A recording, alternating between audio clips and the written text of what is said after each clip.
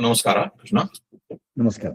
Um, so today I hope you will continue where we left, and couple of things I want to share with you, which has happened in my in my regular postings in Facebook. Some comments have come, which can be potentially a pointer to your conversations today or to next couple of times. Huh? Um, as you know, I was kind of triggered by somebody a few weeks back, couple of months back, when somebody said that Advaita has no practical value. It's okay for you to talk about it in matha and things like that. It has no practical value. Then I said, I can tell you how it can be used from my experience, how Advaita is relevant to day-to-day Advaita. Antiyali. In fact, I even got an opportunity to talk about it in under Sringeri Math auspices. So I gave an hour and a half lecture about it and what is Advaita in real life. Building on that, I started writing in any detail. Adರಲ್ಲಿ, I had, I think you know him, or Bim Sendra, you may have seen his comments in Madhva Forum from time to time. He's a very straightforward guy. I mean, he doesn't attack me personally, but he attacks views very strongly. He said, he again raised the old point, saying that how can Brahman be the locus of Avidhya? You cannot say both. He was arguing with me, and he asked me to justify that. Because I'm now moving the conversation towards what Brahman is. However, I responded to him saying that we have to think deeply about this, what I'm going to say, to accept or reject it. More intelligent you are, more is a possibility of you getting confused. Why? Because intelligence offers more and more alternatives to choose from. ಹೀಗಿರ್ಬೋದು ಹಾಗೆ ಇರ್ಬೋದು ಅಂತ. ಅದರಿಂದ more intelligent you are. Adhik example kotte, we can see of all the people, why Madhvacharya attacked this Tattvamasi as Atattvamasi. Taken prima facie, it goes as Tattvamasi. Though he and his other followers have defended his proposition of Atattvamasi using grammar, context-based meaning, and so many different ways, apparently some 15 different ways they've argued. But it all started with a viewpoint in his mind. Oh, it cannot be venerated. It cannot be Tattvamasi. It has to be something else. Then he reached on Atattvamasi. Then he has defended that. That's only because of his extraordinary intelligence. Otherwise, I'm not saying others are not intelligent. If you do not have more the intelligence, more everything gets interpreted several different ways. So I argued with him. It is a natural corollary of intelligence. Higher the intelligence, higher the possibility of getting into doubt. Of course, he has not responded to that, but that potentially is what I want to place in front of you. Of course, in this conversation with you, I am not going to defend either Tattvamasi or Atattvamasi. Whatever my personal belief is personal belief. It is more, as always I say, more to request you to explain Tattva Vada viewpoint of Vedanta, and more importantly, when there are diverging interpretations for the same language, either in Vedas or Upanishads or even Brahma Sutra, why? On what basis Madhvacharya and his other chief professor, Guru Munitrayam, they chose to interpret that particular way, and what was the need for it? Things are going on, life was going on as usual. If Advaita is no practical value, then why bother? You could have left it alone, no? What is the need for him to, as they say, waking a sleeping tiger? What was the need? So I'm sure there is. In your conversations today and a couple of next times or whatever your plan, if you focus particularly on those statements, what they call as Mahavakyas and things like that, not necessarily Mahavakyas. In fact, for me, it is laughable. Every Vakya Veda is Maha only. Why only those are Mahavakyas? But anyway, classified as Mahavakyas. Why do you have to perforce go around in circles, according to me, to give a different meaning? What was the need? What is the justification? And more importantly, what does this deliver different and better than what Shankara has delivered on those statements? In other words, if I take Tattvamasi as Tattvamasi, let's say my output is X. If I take Tattvamasi as Atattvamasi, am I getting that 2X? Am I getting Y or Z? if you can spend some time and explain for the audience, it will be very helpful, I think. Okay. Let me start. Right. Shri Gurubhyo Namaha Hari Om Narasimha Akhilagyana Matadbhanta Divagaraha Jayatyamita Sajnana Sugashitipayonidhi Abhramam Bhangarahitam Majalam Vimalam Sada Ananda Tirthamatulam Bhaje Tapatrayapaham Chitrahi Pradeshchagam Bhireir Vakkirmanair Khanditaihi Guru Bhavam Yanjayanti Bhati Shri Jaitirthavad Apadamodi Paryantam Gurunama Kritim Smaret Tena Vignaha Pranashyanti Siddhyanti Cha Manorathaha Shri Gurubhyo Namaha Hari Om Hari Om Hari. So that's an important point on this one. I will place your question in the context of what I was trying to cover earlier. So what we had shown earlier was that what we had discussed earlier is that there is this epistemology, basically the sources of knowledge. Then what those sources of knowledge tell us, that defines our ontology.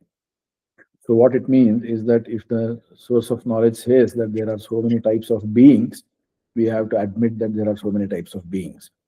And so that is how we go about doing this one. So we do not, for example, so that's why we said that, the Veda, let me share my screen. I think it is,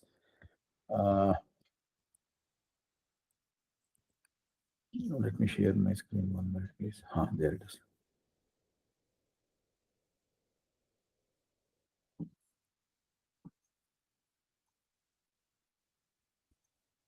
You're able to see my screen? Not yet. It's coming. Yes. Okay. Yeah. So we were basically looking at, what the Veda teaches. So at one point we basically said that, there is, these are our agamas, okay? The Rig Vedas, this is the source of truth about the Atindriya Padarthas, Rig Veda and other Vedas. Mahabharata, Pancharatra, Mula Ramayana. We did not arbitrarily choose them. I had given the, the list from one of the Puranas, which is again acceptable because it is in line with the Veda, which is again which has to be accepted because it is Apaurusheya. So without any pre-biased or without any prior favor for a particular type of text, we basically say Veda is the first text that we have to accept as the source of truth. And anything that the Veda praises as accept a source of truth, which is your Purana, Itihasa, they are the source of truth, and therefore we accept that. And now the Purana says that these are the Sadagamas which we have to accept, which is Rigadya Bharatam Chaiva Pancharatramathakilam Mula Ramayanam Chaiva Puranam Chaitadatmakam. And this is how we come across the list with this is another very important one. Echa Anuyayinas Tesham Tvesham Sarve Techa Sadagamaha. So we accept that only these are Sadagamas from where truth can be known. And there can be misleading agamas also, which is Duragamas, and from where you will not be able to get this one. And the list of Sadagamas were basically accepted again. To repeat at the cost of repetition, it was Veda. Veda tells you Itihasa Purana Panchana Vedanam Panchamo Vedaha. Therefore, Itihasa Purana becomes acceptable. And that same Itihasa basically tells that Pancharatra is a Pramana within Mahabharata and even in some places, even within the Veda itself. Therefore, we accept that as Pramana. And any other Shastra, for example, how do I put it? Let's take, for example, Rig Vidhana or something like that. On what basis are you accepting that Rig Vidhana is a Pramana, right? So, or what basis do you accept some random text like, not random, some text like Brihat Parashara Hora Shastra, right? There are lots of texts that have come to us through the tradition, right? So how do we accept their validity or not? It is eventually this alignment with these main granthas, right? So to speak. And having established that, we said that, okay, we do not accept these as agamas right now. This is one big place where, the Advaitins differ from even, not just us, even from Visishtadvaitins. I don't think Visishtadvaitins also don't accept these things. At least the knowledgeable ones. Today, there's a lot of mix out there. But anyway, right now, they also don't accept this one. And one minute, let me come to the. In the display, I see two. I see kind of two multiple views of the same. You and me. I don't know what to do with your. 1 minute, 1 minute. I think I need to close this one. Is it better Yeah, now? exactly. Now it's better. Correct. It's gone. Yeah. Okay. Sorry about that. Okay. So we basically say that Veda and all these things are, and we talked about Veda teaching us multiplicity, taratamya, right? Veda does not say it is one or something like that. It talks about multiple beings out there. It also tells that there is one Uttama, there is Sarvottama, there is one Sarvottama, right? Yo Devanam Namadha Eka Eva, very clearly, right? And it also tells that there are other deities whose names are, they primarily belong to this one being, but those deities are also there on their own account. That's why Veda tells, Bhayad Agnistapati, right? The Agni burns out of fear of the Parabrahman. Basically, they are devatas who don't want to disappoint their boss, or they love the Supreme God more than they do us. They have a lot of bhakti on him, so they don't want to disappoint. And that is how the Upanishad teaches us, saying that Bhayad Agnistapati, Mrityur Dhavati Panchamam. So even the fifth one, which is the death, right? It runs across basically based on because it wants to align itself to the Supreme Being. So from all these things, you also know that there are these other deities, and they are not Parabrahman, right? And Parabrahman is the one who is basically the one who has all these names. So this is what we had taught, we had discussed last time. And from here, right, we talked about also Taratamya. Taratamya is something that we are not, we are Madhvas are not creating that to replace something else. Or, there are some people who have thought like that, saying that, they wanted to have a geographical understanding of how the Madhva philosophy grew. So we were always surrounded by, Shaivite and Jain and things like that. So they assumed that Madhvacharya taught, he gave a good place to Shiva simply because he didn't want to disappoint them. There are lots of such random theories. But our thinking is, if there is Manadhina Meya Siddhi, if there is a Pramana, then that Prameya is there. Otherwise, it is not there. It is as simple as that. So we basically say that, and it is not for, what do you call it? It is not to replace something, or it is not to, change something that acharyas did, interpreted Tattvamasi as Attvamasi or something like that. He basically felt that, the scripture was misinterpreted, and he just said that interpretation needs to be corrected, and that is why he did that thing there. It's not, what I mean is, so the question of, the bias or whatever it is, right? I mean, you may be knowing this within the Madhva circles, right? They basically say that Purvagraha was there big time on with Shankaracharya. He wanted to definitely see everything as as propounding Aikya, and that is the reason why he went to the extreme extent of basically saying that some of these Vakyas, they teach Nirguna Brahma, they teach Aikya and all that, and rest of them are this Upasana based text which will help you get to the next level and things like that, right? I mean, so eventually, according to him, the second batch of text are not really telling you the truth. And so, I mean, that was a big, what do you call, disservice, you would say, to the basic Vedic canon by saying that 90% of that, or 99% of that is kind of not telling you the final truth kind of thing. So Acharya therefore had to set right that thing. And more importantly, the Brahma Sutras were also not interpreted right. In fact, Shankaracharya himself admits this thing somewhere, I'm told, that, other than some two sutras, right? Atmeti Tupagachanti Grahayanti Cha, that was one. And another one, there is one more. These are the things where he believes that Sutrakara has kind of very explicitly taught Advaita. Otherwise, it's all Dvaita only. I mean, Bhedaha. There are a lot of such sutras which talk about the Bheda Vyapadeshat, or Prithak Upadeshat. All these things are there. They basically talk about the Bheda at every line. So even to correct the Brahma Sutra, in fact, Appaya Dikshita has a big problem with Acharya, because Ramanuja and Shankaracharya, they go almost I mean, they have their differences, but it is within a acceptable boundary. But Madhvacharya's perspective is totally different, and therefore he resorts to saying that it is not according to the sampradaya and things like that. And anyway, that's and he has been criticized big time by none other than Raghavendra Swami himself.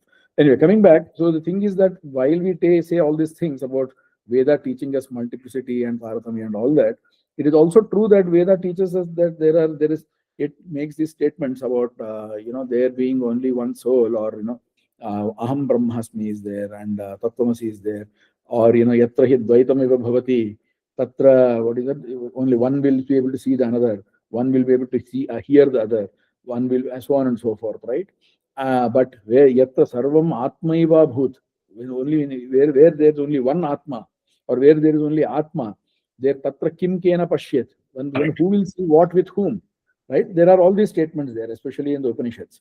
So, so how we have to we cannot let go of them, as we do not take the liberty, or rather we do not, if we also say they are basically of lower category, right, lower cadre, these statements, then we are doing the same mistakes as the Advaitins, which is basically to say that they teach us some sort of lower truth, and only the Aham Brahmasmi and some of these statements which talk about Ananuhu, Anahrasvaha, and all these statements which basically deny attributes in Brahman, only those statements are telling us the truth.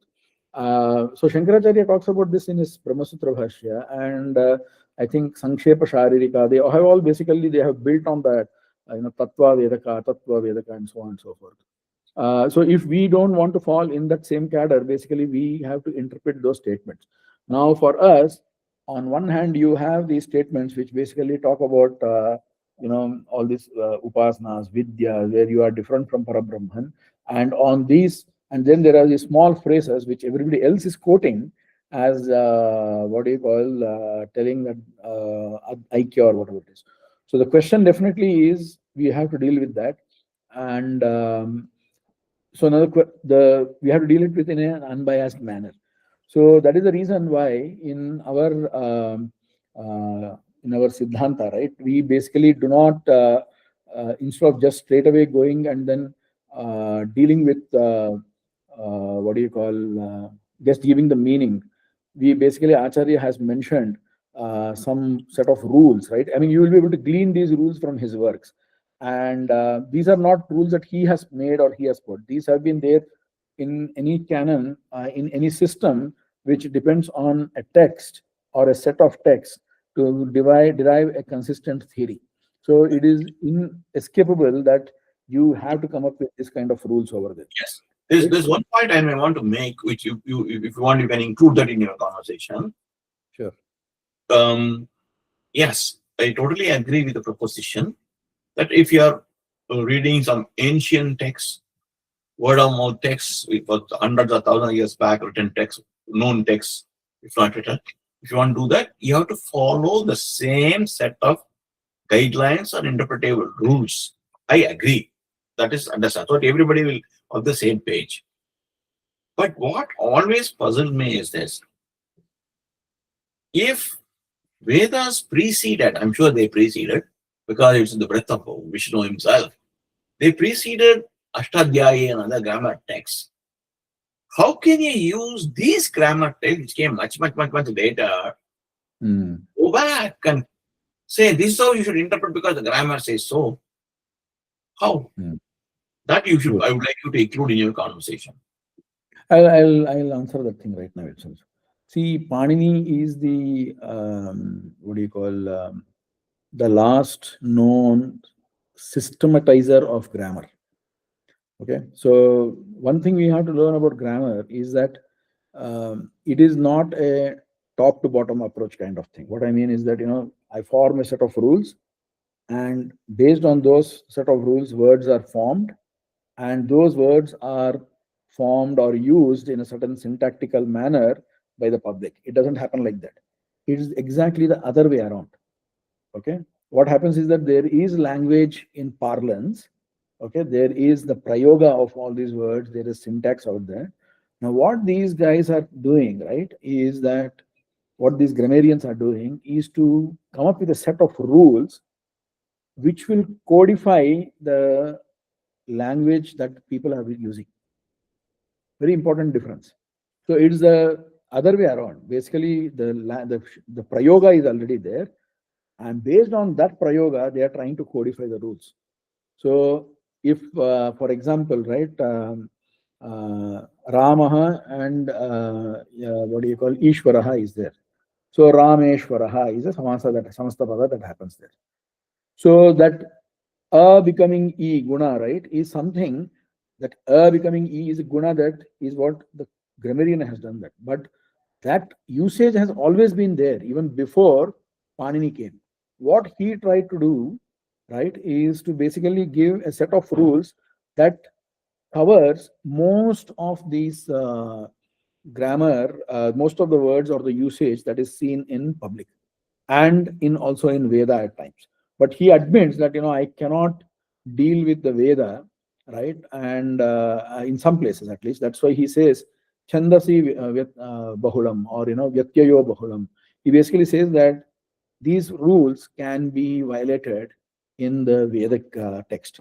Okay, because I have seen usages where the same thing is not applicable, and this is one part. So the second part to that question is there have been supposedly 8 systems of grammar even before Panini, right? In fact, Agastya tells Rama that Hanuman is the knower of 9 systems of grammar, including Panini, right? So though Hanuman came much before than Panini, basically Panini, instead of, he doesn't name the word Panini there, you basically understand that he is Panini is the latest Sampradaya Pravartaka of that particular system of grammar. Okay, and otherwise you have Aindra, you have Chandra Vyakarana.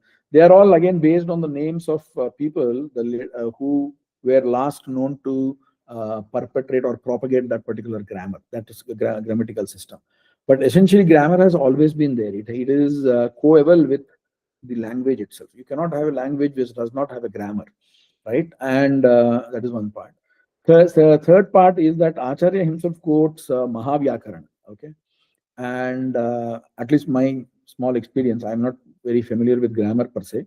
I have some exposure, very little, and but from what I have seen that his what he quotes as sutras. For example, he says Atishaye Trutiyo Atishaye or something like that, right? Or Dirgha Atishaye, right?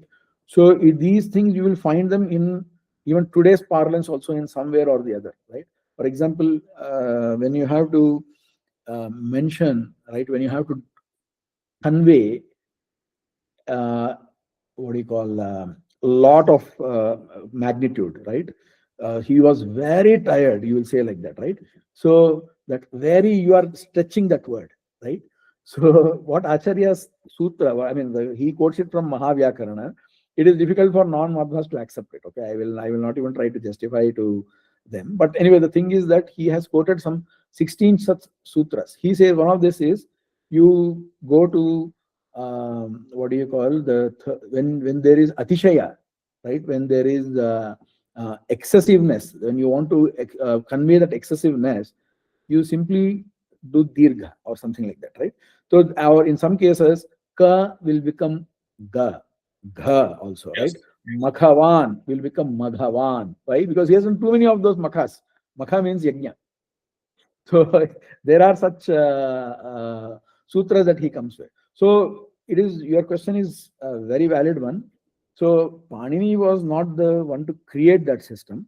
He was just a codifier of that system. That is the thing in at least with Sanskrit grammar. Even in English or any other language also, right? Unless other than programming languages, Exactly. everywhere else, usage precedes the grammar. Correct. And the reason why we don't have many people, since the usage has come down, there are not many people who know grammar also today. That is where the problem is. Anyway, that's coming back. So he is not saying these questions are valid or whatever just based on grammar. That is one more important point. Grammar is needed. It's not like it's not needed, but that is not the only reason why he feels that there is something wrong in these things. We'll come to that one a while back. There is one more important point, right, from an epistemology point of view, right? I think we had covered that again earlier too, right? See, there is scripture on one hand, right, which can teach you lots of things. For example, the Bible says, I don't think Bible says it, but let's say it says Jesus made wine out of water or walked on water or whatever it is, right? And on the other hand, it says Sagara had some n number of sons, right? 60,000 sons or whatever it is, right? Then there is 100 sons of the Kunti, Gandhari. There are all this extraordinary stuff is there. How extraordinary can the scripture is a very important point there. Now, this is a very epistemological question that a person needs to answer to themselves before they say they accept Advaita or Dvaita or whatever it is, right? Any system, that person needs to say, I will be able to accept this much, but not this much. And they need to have a reasonable bar. They need to have a reasonable benchmark or to say, this is out of this, I cannot accept it. So for example, if take the concept of God itself, right? Ananta Guna Paripurna and Dosha Dvara. That is our concept of God. Okay, he is full of infinite virtues, and not even the smell of a blemish is there with him. That is the nature of God. When we say Brahman, that is our understanding of Brahman. Is there any such being at all here? You might as well say that there is one person, if there who has some 10,000 heads with some 20,000 feet or something like that. Will you be able to accept it? If you cannot accept the second one, how can you accept the first one, right? So these questions are to be answered by every individual to themselves. And it is very important, right? Because this is where the first divergence happens between Dvaita and Advaita, right? So our understanding is that, look, you tell about other things that are not me, right? I know myself to be basically that's, if you remember, right? I had covered this thing in whatever be the interpretation of Veda, right? I cannot, one minute, epistemology this, right? I will just come to one small point there. When we had covered this thing long time back, just give me a minute to get there, 1 minute.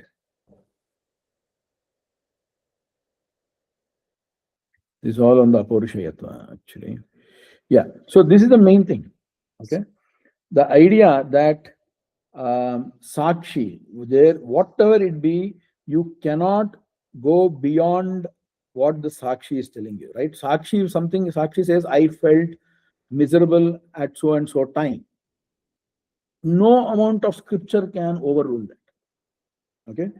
So in fact, Shankaracharya also admits that, right? No, not 1,000 Shrutis can make the crow white or the fire cold. He says this thing in his Gita Bhashya, right? So, I mean, everybody says this on the face of it, but that is where it is important to accept that thing, right? And say that, so how much of extraordinariness can I accept, and how much will I say, sorry, there needs to be some other meaning for this. It is an important thing, and at least our this one is that, 1 minute, I'm not getting the Sakshi is itself capable of identifying certain things, right? And it can identify what do you call this time, it can identify space, it can identify itself. I exist is known because of Sakshi, right? So therefore, therefore it is in you cannot, there it is, right? See here, following experiences cannot be negated. Consciousness is self-referencing knowledge, self-awareness, my bliss, whatever happiness I felt, right? It may be for right or wrong reasons, but at least the fact that it felt happy, right? I felt happy. The fact that I felt pain cannot be negated ever. If that can be negated, there is no knowledge on earth that is not open to negation in future, right? So, and it's not just that. I mean, we eventually feel that that is out of examination, that is out of this question, right? Was that pain false or fake or whatever it is beyond any question. Therefore, whatever interpretation of scripture that we do, right, whether it is Aham Brahmasmi or Dvasuparna Sayuja Sakhaya, whichever, whether it tells Veda, Abheda, or Bheda, Bheda, or whatever it is, right? Whatever be your this thing, you cannot come up with a philosophy that negates these core experiences, which is at the level of, of the experiencer himself. It is not like these experiences are superpositions on the experience. It is so intimately experienced, therefore you cannot ignore them, is one of the main things that we go with. Anything other than this, right? You tell me there is 1,000 persons, one person with 1,000 heads and 20,000 feet elsewhere, and he is not visible to me. If Veda is telling, because it is Apaurishaya, I will accept it. I mean, Veda doesn't say that, that's a different thing. But if it tells that, I will accept it. If Veda tells me that there is some sort of yogic power that people will eventually have, right, in different time or different yuga, which you will not be able to, imitate now or see that, right? And those people, just by touching other women, they are able to produce kids, right? Or even sometimes even without women, they are able to produce kids. I'll be able to still accept that. But as long as if it tells that I have that power and I don't know that power, or if it tells me that I am omniscient and I don't know that I am omniscient, these are serious logical errors which we cannot accept it. So this is the first divergence from the Advaita, and even if there is no scripture which tells me how to, if there is no other problem also, I will not be able to accept Aham Brahmasmi as is. See, for example, and it is not less limited to these Advaitic statements. Take the cosmology that is there right now in Bhagavatam or something like that. I will readily admit that I do not know how to, it does not gel with the current scientific understanding, and I don't know how to synchronize them. I mean, I've read numerous interpretations on all of them, but they are all basically post facto. They are all trying to retrofit it. Okay, and my worry is that if first I need to understand Bhagavatam on its own count, on its in its own way, then I will be able to see it. Then if I see there is a problem, then we'll have a different thing. But anyway, epistemologically, what I'm trying to tell you is that we need to have that mechanism by which I say I will accept this much fantasy or this much extraordinariness in Agama compared to this one. So with that, again, let me come to this rules of how do we interpret Agama, right? So we alignment with Anubhava, especially verified experience, is a must. And there should not be any Badhaka in your interpretation. Shruti being Apaurishaya, there should not be any redundant words. Mukhyartha, right, is greater than, is more important than Amukhyartha. So if a Shruti tells the names Vishnu and Rudra or whatever it is, our first preference should be that those deities are referred, there are deities with those names and those qualities that are referred there, rather than try to do some other gymnastics on that one. Then there is Rudhi is greater than Yogika and so on and so forth. So with that, we basically go to stuff like Aham Brahmasmi and all that. You are absolutely right. There is Mahavakya is a misnomer the way it is understood today. Shankaracharya himself did not use those words.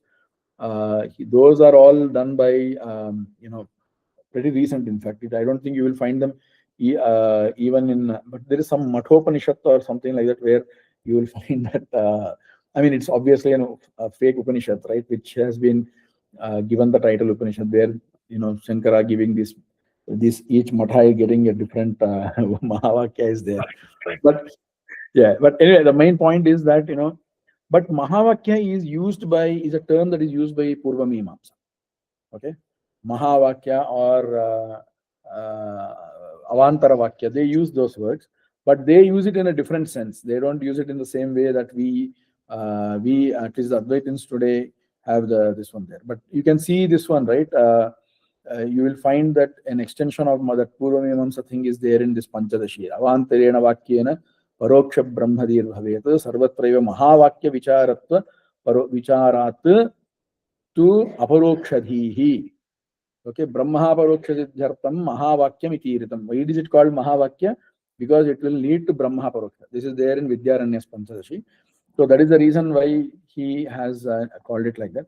maybe the trend must have started after Shankaracharya, or when some of these people, when they try to, what do you call, show a lot of Mimamsa support for the Advaitic interpretation, they must have gotten that concept there. But anyway, the main idea for Aham Brahmasmi is, let me come to that, this one there. I will come to each of these things, right, with some in some time. So this, let me very briefly call on this Aham Brahmasmi, and then in today's discussion, we Yes. can go into further this one later. So see, Aham Brahmasmi is something that it comes in Brihadaranyaka Upanishad. Okay, it comes in Srishti Prakarana. Basically, you will find that 1.4, right? There is a lot of discussion on how Brahma creates all these beings, right? He in fact says, Aham Srishti, I am this creation. He also says all of that. And Aham Nama Abhavat, I have get this name called Aham, right? He says that. And eventually, it is told that Brahmavid Apnoti Param, right? Not Brahmavid Apnoti Param, that comes in answer. Brahmavid Brahmaiva Bhavati, right? Correct. So the person who knows Brahman will become Brahman. Correct. Okay. And so then the Upanishad asks a question, very nice, important question. See, if you say Brahman became Sarvam, right? I mean, if a person who knows Brahman becomes Sarvam, then on what basis will you say, what basis did Brahman become Sarvam? What did Brahman know for it to become Sarvam? Okay. So then this question, the next verse starts in Brihadaranyaka Upanishad. It says, Brahmaiva idamagra asit. Okay. At the beginning only Brahman was there. Tad atmanameva vet aham brahmasmi iti. It says this much. Okay. And then the Upanishad goes on to tell that, Vamadeva Rishi also, right? The sage Vamadeva, he also had the same idea.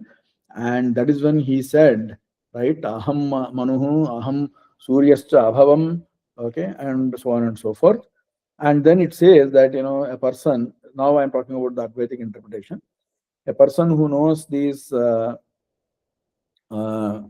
this particular thing, that, whoever this, there is no other deity other than this Aham, okay, I and this deity, if they know that there is difference between this Aham and this deity, then he really doesn't know. Okay, he is like an animal. Okay, that's what the Upanishad says. I mean, I'm telling you the meaning as it stands there. Okay, Yep. and Devatas don't like people who know these meanings. I mean, there is now a lot of other stuff. Now, what does Acharya do is that he basically takes this thing, right? First of all, I mean, he points out lots of other errors with this, what do you call this, Advaitic reading of this thing, right? I mean, for example, he says that there is nothing, Advaitins don't accept, Shankaracharya doesn't accept that the object of knowledge and subject of knowledge can be the same, okay? So he says that it cannot be possible that the knower and the known are same. He says this thing in Brahmasutra Bhashya, I think in 3rd Adhyaya or someplace like that it comes there, where he's trying to defend the idea of consciousness against Charvakas. He says this thing there. So, and in other places also he has mentioned that, so it is basically a remnant of the Buddhist idea. Then it came into Mimamsa also. Though again in Mimamsa, right, it's a very interesting thing, right? Shabara Swami, he accepts that consciousness is that which is self-aware. It is swasamvedya. It knows itself. Okay, it is aware of itself. But later, commentators on the Mimamsa Sutras, like Parthsartha Mishra and all these people, they say it is impossible for for consciousness to know itself. They say that there is nothing in the world which is like that. For example, Agni can burn everything else. Can it burn itself? It doesn't. So a finger, I mean, there is one more thing, right? Angulya grena. Okay, if you can touch everything with the fingertip, but it does not touch itself. So they give all this kind of logic to basically say that consciousness cannot know itself. But here, very clearly, the Shruti is saying Aham Brahmasmi, Parabrahman is telling, and it is Shankara Bhashya in fact goes into details to say why this is not Aparabrahma and this is Parabrahma, and says that this Parabrahma knows itself. Anyway, so Acharya goes into all those things, and then there is a other discussion on that. But more important thing is, look at the statement itself here, right? There is an antaranga bhadaka. There is a problem in the meaning as it stands without any, I mean, you ditch all philosophy for the time being. If I say, right, tad atmanameva veta aham brahmasmi iti, right? If I say, it basically, the sentence structure translates to, I'll give an equivalent thing here, right? I'll show one small thing here. I mean, you're able to see my screen? Yes, I can. Yes. Okay. So for some, let's say I know myself. Okay. Tad atmanameva veta, or it knew itself. You can say that. Okay. It knew itself as I am Brahman. This is a grammatically incorrect statement. You can either say it knew itself as Brahman, or you say it knew I am Brahman. Correct.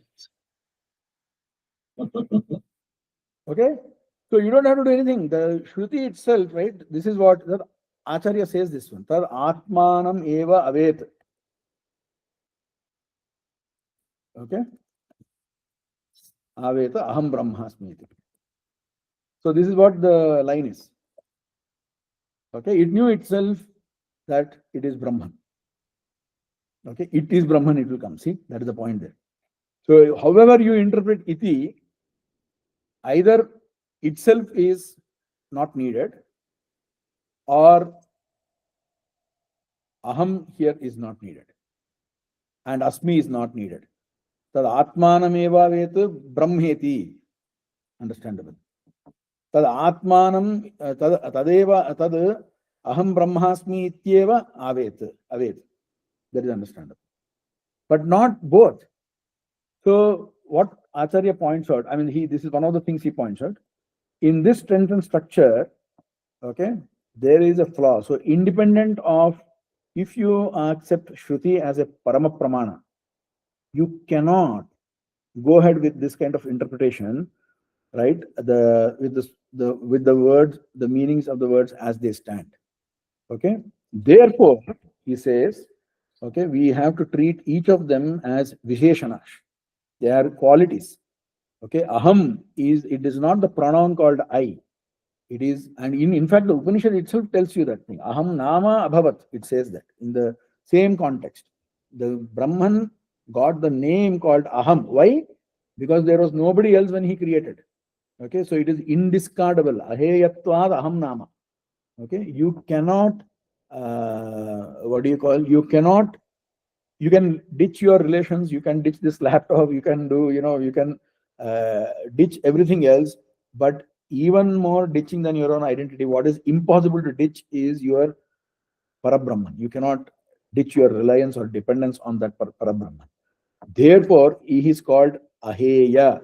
From that Aheya, you get the word called Aham. Okay.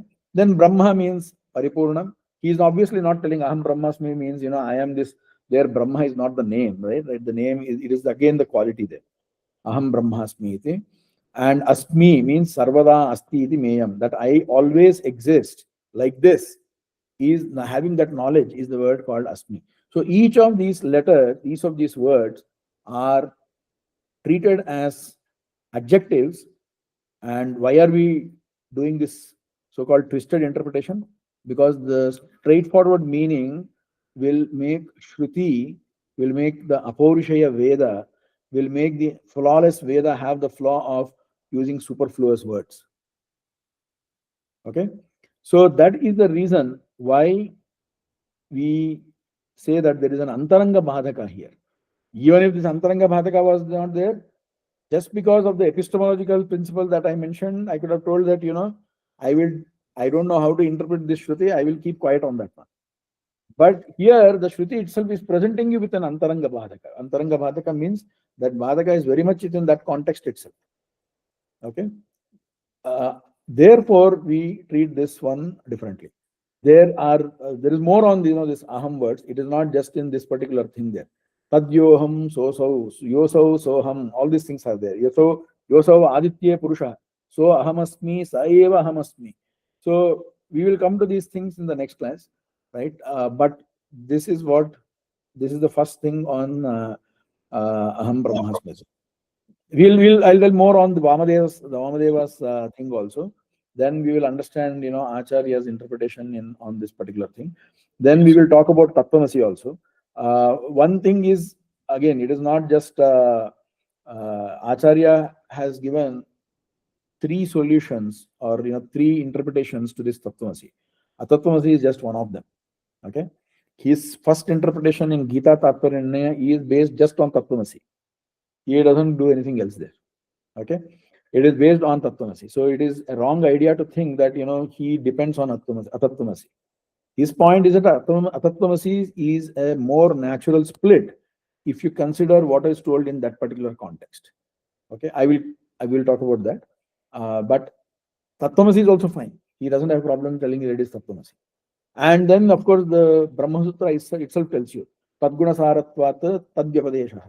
Right? You basically Jiva is like Brahman. That is why Tattvamasi is there.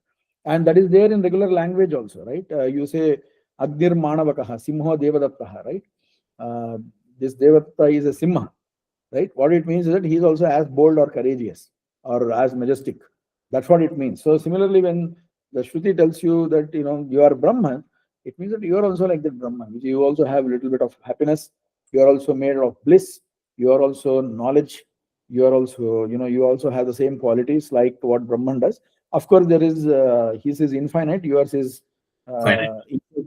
infinitesimal in front of his, and therefore, but still there is sadrishya. There is still likeliness, and therefore such kind of linguistic usages is not impossible. With that, we will stop here. We will need to spend more time on this one. We will come to that in the next class. Yes. I am trying to do this so that people understand a little bit on how Dvaita interprets these statements. Yes. And after that, we will go basically to the sadhana part, right? Sadhana. How do we? I mean, this is to ensure that we get that there is a consistent interpretation of Shruti that is in line with the Dvaita philosophy. And once that is done, we can go to the sadhana part, and again here, right? This is nothing to do with whether what others say or what others don't say. It is basically an interpretation based on what Shruti is telling. With that, we will end today's. Thank you. Thank you very much.